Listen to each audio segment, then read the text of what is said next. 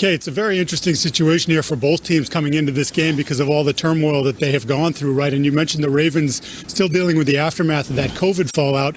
You know, you're talking about 19 players, I believe it were, that were on the list at one point or another, and they're still looking for a few to come back. Mark Andrews, Willie Snead, Matthew Judon, who aren't going to be cleared in time to play tonight's game. So those are pretty important guys that they won't have. It's also the fact that they didn't have any real practices. You know, you had to play that game against the Steelers. Now it's a short week. You're trying to do this again, and they finally got a couple practices in, but none with Lamar Jackson, who was finally taken off the list at 4 o'clock yesterday, and they expect him to play, although I say that, John Harbaugh wouldn't admit it. He wouldn't even admit that he practiced. Now, they had to have a practice report. He was out there, but they went indoors to keep the media away. They said it was because of the wind, but in general, they think maybe it was just because they didn't want us to see Lamar Jackson getting his work in. So this is a team that is certainly trying to find their way here and get back on some level footing. Also, a couple more players that you need to keep in mind for tonight, Calais Campbell and Brandon Williams. Now, both those guys were on the COVID-19 reserve list. Williams didn't have any symptoms, but they were both dealing with injuries, Campbell with the calf and Williams with a high ankle sprain. Harbaugh said they're very hopeful that both of those guys can play, and it would be very important to have those guys back against Zeke and the Cowboys. Absolutely. That's very exciting and mysterious about Lamar, Mike. Make sure to follow Mike Giardi on Twitter all day. You know, everyone wrote out the NFC East, but maybe in your circle of friends or where you work, there's one person who says, no, hold on now. The NFC East is excellent. Here at the show, that's Peter Schrager. He tells us how entertaining it is, how exhilarating, how intoxicating even the NFC East is. So, Mike, tap into that. Give us some of that back. What is the Cowboys' mindset heading into this game tonight? They actually feel like they have plenty to play for. And look, it's obvious that this season has not gone at all the way they planned, whether it's the losses, losing Dak, a ton of injuries on the offensive line. But they're saying, here we are in December, and we still have a chance. Now, I don't know that they expected the Washington football team to win a game last night or the Giants to do the same against Seattle. So they find themselves 2 games out of the race, but they say we can still be part of this. We still have it in front of us, and there's a certain mindset here. You know, they're coming off, obviously, a very emotional couple of weeks with the loss of Marcus Paul, surprisingly, passing at the facility, and they had to deal with the fallout of that, but they said, you know, we're professionals, so we grieve together, and then we have to turn the page, and now we have something to play for, so let's do that together as a group, and let's make something special about this. I talked to Sean Lee on the phone. He said, look, I've been out of the race many times in November, in early November. That's terrible. He goes, despite the way it looks, we're still in it, and we have to feel that vibe and bring that energy tonight. With a big person missing, of course, Zach Martin at guard on the IR list. They don't have him with an already reshuffled offensive line. Thank you so much, Giardi. We'll talk to you throughout the show ahead of this one. You can see it on NFL Network, 5:30 p.m. Eastern. Taking a look at the playoff picture here in the NFC, looking at the Cowboys. They're not only 2 games back of the Giants in Washington in last place for the NFC East, they're actually now last place in the entire NFC. Overall, no bueno. The Giants pull up an upset. Washington handled the Steelers.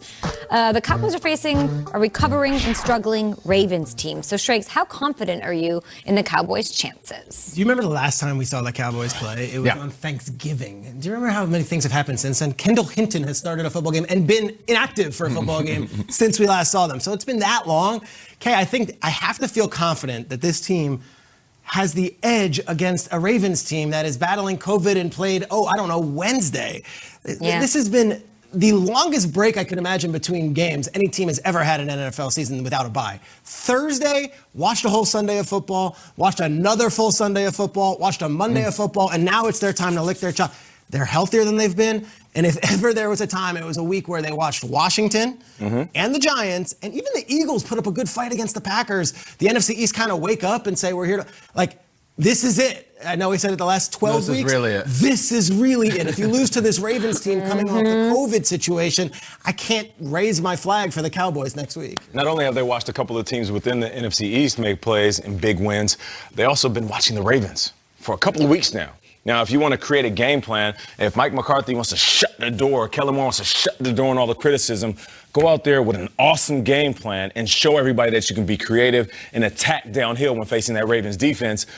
Now, when it comes to the game in particular, I think I was a bit dismissive when it came to teams being moved. Teams moving their games, guys getting COVID, and not because COVID doesn't exist, I'm not that guy, but because I feel like there's so many people dealing with real COVID issues, loss of jobs, loss of family members. I'm like, all right, you move an NFL game, a guy gets the sniffles, you're playing football, man, you're a millionaire. I can admit right now I was too dismissive, and it's real. There's something called the COVID fog. If a guy comes down with it and then you ask him to go play a week later, he might be still coming out of that. Now you're talking about the Baltimore Ravens who have dealt with it, a different type of strain. Guys like Calais Campbell coming out and be like, yo, this is real.